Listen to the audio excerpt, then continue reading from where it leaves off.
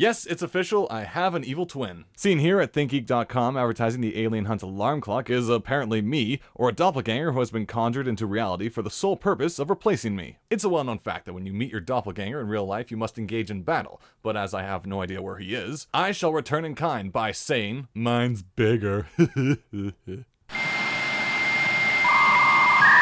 Hello friends and YouTubers alike, and welcome to what's shaping up to be yet another exciting episode of Talking to the Camera, believe it or not. You've probably noticed by now that YouTube has added some interesting new features, one of which is still in its experimental stage. Yes, it's the Transcriptions. Basically, it's a speech recognition to text software that analyzes the audio of every single YouTube video out there and gives you English subtitles. And it tries its darndest. As testing it with one of my previous episodes, some of my favorite results are, over the tour is like will be another sign of still talking about the press, the Marines. The on the murders. Forrest Sawyer, in! Do you use? Does he still play an original act? What stains online being on the original textbooks for? More handled true for you, sorry Lesson Land. Also in the news, it is still on the fence about going to pay our kids getting the tax. Ace Vito's claims, who is in a sense, what do you sell? Result? I'll miss you sure are in now. Released by saying the small ago and definitely worth the region.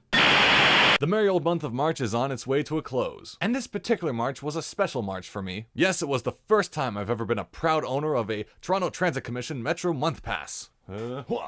Or as you'd be referred to as, a pass princess. And why's that? Well, you may as well be a princess with all the far-off places you can attend to, at your every whim. Your chariot awaits, my lady. Or to be more accurate, as it is the TTC, you're waiting for the chariot.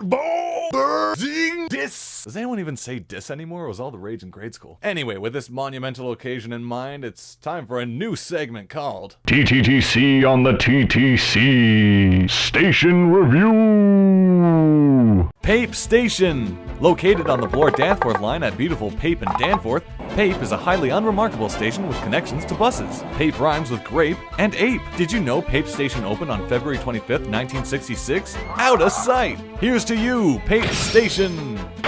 Oh my gosh, what a boring segment that was. Here's a segue. Board games. Battlestar Galactica, the board game. The way the game plays is pretty interesting. Taking the plot from the hit sci-fi series, the objective of the game is to get your little space colony to a new home, which happens to be 8 space jumps away, all while maintaining dwindling resources. Each player chooses a character from the series who have different card attributes and abilities, and work together as a team confronting various crises and Cylon attacks that threaten the Galactica's resources. However, one or more players may actually be a Cylon whose mission is to bone you from all angles. They'll secretly do all they can to sabotage the mission, cause players to mistrust each other, and lead Galactica to defeat.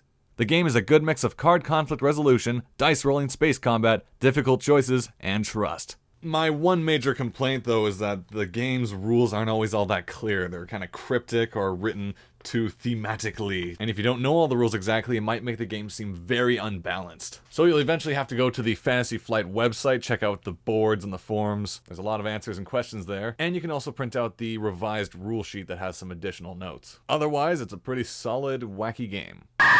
Well, that's about everything for this episode of Talking to the Camera. As always, there's a bunch of extra links and junk in the sidebar. And also, if you haven't yet, be sure to check out the Scott Pilgrim vs. the World trailer. There's only really been 3 trailers in my life that got me as excited as this one did. First and foremost, the Sin City trailer. Just with the drum beats and the car's hood, it's so good. Second being the Advent Children trailer when Sephiroth showed up at the end.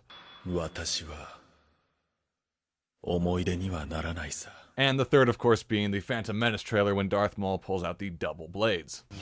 Yeah, too bad the rest of the movie wasn't just him doing that on and off. Would have been a lot better. And the new Scott Pilgrim trailer has joined those ranks. Check it out. And as of last time checking, 990 subscriptions. Yeah, see you next time.